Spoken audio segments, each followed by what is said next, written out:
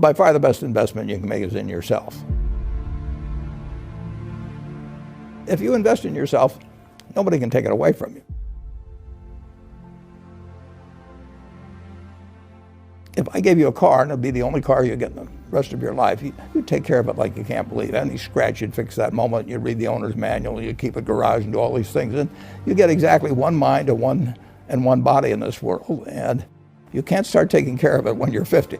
Just remember that you just got one mind and body to get through life with. And the most important thing is really who you associate with. You want to associate with people that are better than you are. I mean, basically, you'll go in the direction of the people that you associate with. And you want to have the right heroes. You want people, if you want to emulate somebody, you better pick very carefully who you want to emulate. And when, obviously, you can't pick your parents. They're going to have an enormous influence on you, but you don't get a choice on that. But you get choices as you go down the line. And you want to copy. And the most important for most people in terms of that decision is their spouse. It's also important in terms of a partner in business, but the partner in life is the most important one. You want to pick a spouse that's better than you are. Biggest mistakes people make when investing? They just don't realize that all you have to do is just buy a cross-section of America and then never listen to people like me or read the papers or do anything subsequently. They think that because you can trade, you should trade. You buy a farm, you buy an apartment house, you can't resell it tomorrow. Now you get something handed to you, liquidity, which is instant. You can sell, and the cost of doing it are pennies, compared to other kinds of investment activity.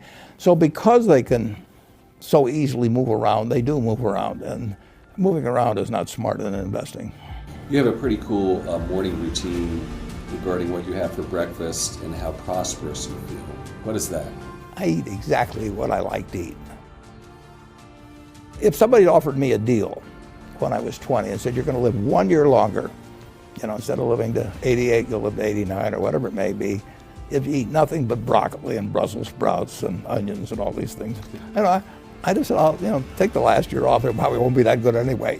So I eat exactly what I like to eat. Is business school worth it?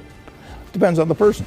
And, much more than it depends on the school. Some people are going to get a lot out of advanced education, and some people are going to get very little. And I don't even think it's important that every person go to college at all. We have all kinds of jobs at 70 or so thousand a year, 80,000 a year, that college training is not of use. And I actually was not keen on going to college myself. Yeah, my dad kind of jollied me into it. He could get me to do anything, but I knew I could have a good time. I liked investing, and I could read the books. It's a big commitment to take 4 years, and the cost involved, and maybe the loans involved, and everything. I think depending on what your interests are in life, I don't think it's for everybody. I think it's for a lot of people, but there ought to be a reason you're going.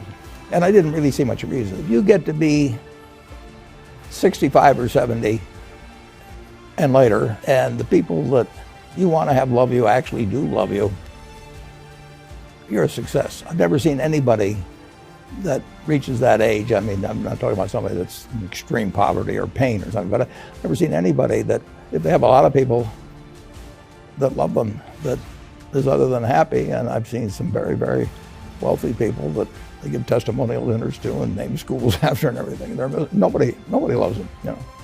The best investment you can make is in yourself. If you invest in yourself, nobody can take it away from you.